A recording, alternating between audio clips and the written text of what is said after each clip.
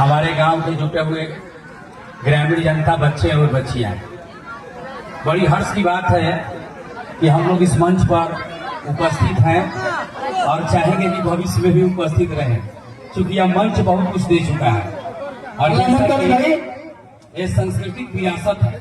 और इस सांस्कृतिक विरासत को हमारे जो भी बच्चे या हमारे भाईगण जो इसे लेकर ढोल चल रहे हैं, यह बड़ा ही जो है सराहनीय बात है कि गांव के धरोहर को, गांव के सांस्कृतिक विरासत को जो यह मंच बच्चों को आगे बढ़ने के लिए काफी सकारात्मक कदम उठाया है। इस मंच के माध्यम से हम लोग भी अपनी बात को कहीं रख पाते हैं।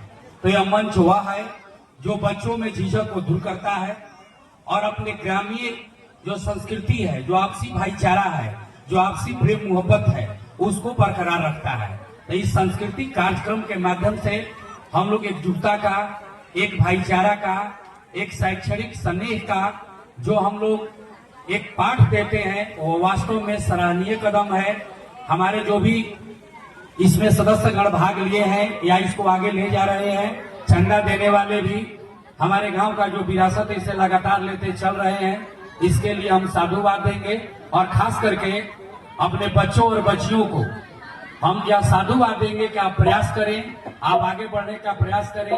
शिक्षा ही सबसे बड़ी चीज है, तो शैक्षणिक जगत में अपनी पहचान बनाएं, अपने गांव का पहचान बनाएं, गांव की महत्ता को आगे ले जाएं। इसके लिए खास करके हम अपने ग्रामीण समुदाय के जो भी हमारे भाई हैं या चचा तुल्य हैं, अपने बच्चों पर, अपने बच्चियों पर निश्चित रूप से ध्यान दें। आप जो भी कमाएंगे, अगर बच्चे शैक्षणिक विकास अगर नहीं करते हैं तो आगे नहीं बढ़ पाएंगे।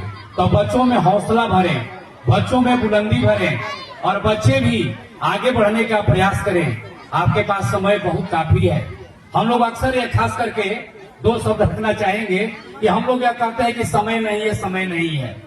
इस क्षण में हम कहेंगे कि तितलियां क्षण भर के लिए रहती है, वह महीने की बात नहीं देखती है, लेकिन उसके पास समय होता है। हम अपने अभी बच्चों के लिए भी मेरे पास समय होना चाहिए।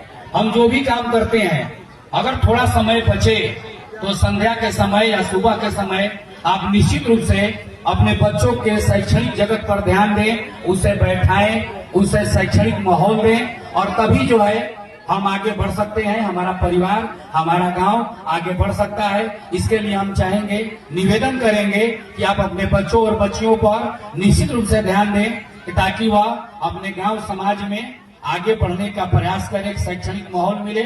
और खास करके हम अपने बच्चों के लिए निवेदन करेंगे कि आप निश्चित रूप से कम 2 घंटा सुबह और शाम पढ़ने का प्रयास कीजिए।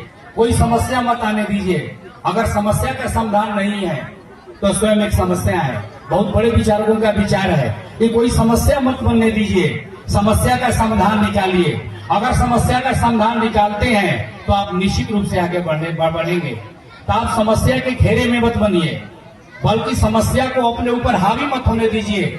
समय का कोई जो है मत कि मेरे पास समय नहीं है।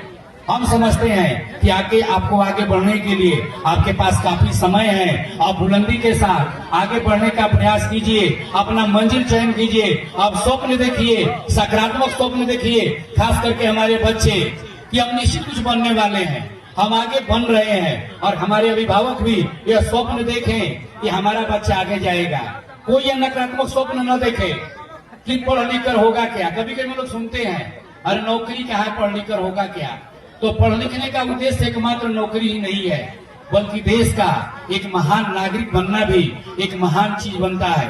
तो हम चाहेंगे अपने बच्चों बच्चियों पर ध्यान दें, या निश्चित रूप से सकारात्मक कदम रखें कि आपका बच्चा आपके परिवार को, अपने गांव को और खास करके अगर देखा जाए तो अपने राज्य को नाम रोशन जरूर करेगा।